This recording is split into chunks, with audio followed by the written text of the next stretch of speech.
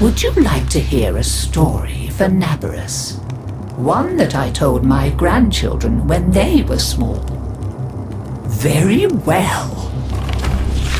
Long ago, in the Oricon days, a golden people lived in spoiled luxury. If a body wore out, why, they would take a new one as easily as plucking a maprico. Such was the mystery of the Kuva. So, what became of death and disease? Oh, they were abundant, but not for the Oricon. They were above petty death. Such was their contempt that they decreed a special day on which to make fun of it. On Naberus, the night of memory, the shining people laughed at death. They dressed in costumes that recalled the old days of mortality. Skulls grinned, hallways guttered with demon lights. For one night, beauty was banished. Rot and monstrosity held sway. Now, on one very special Naberus, 3 pretty Oricon were bored, as Oricon so often were. Naberus no longer holds its magic for me, sighed one. Masks and costumes are for children, grumbled another. Why follow the crowd, mused the third. Are we not the very elite of the elite? Ha ha! Up, my Kissingtons, my luscious loves. Send for blue Kuva and hot lights. I have a sport that will mend all.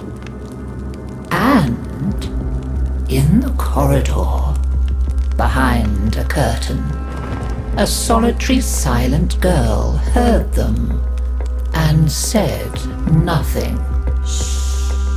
Then the 3 were very wicked. For what do you think they did? Down into the streets they went, and they caught 3 poor ostrons and bore them back to their gilded halls. One they peeled like a fruit and decked out with glassy splinters, and his naked jaws went chitter-chatter-snap. And it echoed all around. Scarlet footprints he left. Another's limbs they twisted and wrenched his neck, and made a bundle of him until he scuttled upsy-downsy like a horrid crab, with his sockets all empty and his stretched-out nose snuffling. The third they pulled thin in hand and foot. She walked spindly-wise on long tiptoes like a spider, and her entrails hung delicately down.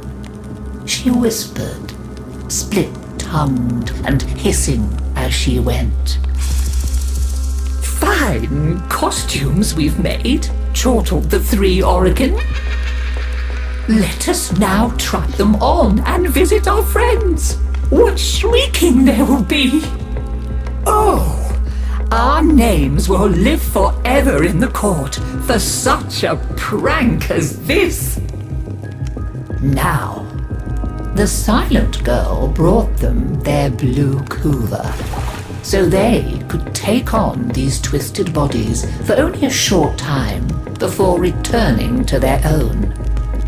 They drank and slept and woke in their 3 horrid forms. Off they went down the stairs, out the door, into the city, into the night of banners and masks and wild hilarity. Chitter-chatter-snap, scuttle-buttle, whispery-hispery. As you can imagine, there were many screams and laughs. Such cleverness, such wit. But in a high room of the tower, the silent girl looked at the faces of the 3 sleeping Oricon. she went and opened a little ivory door that she was not supposed to know about, and drew forth a flask that she would have been glassed for even looking at. A flask of crimson kuva, the scarlet seal upon continuity, permanent. And she tipped it down 3 cruel throats. With a little laugh, she went skating away, never to return. There were many screams that Naberus night, but when the sun came up, none screamed so loud as the 3 who found that they were trapped in the hideous bodies they themselves had fashioned forever and ever. So, listen carefully, Tenno, and beware, for you may hear them coming tonight.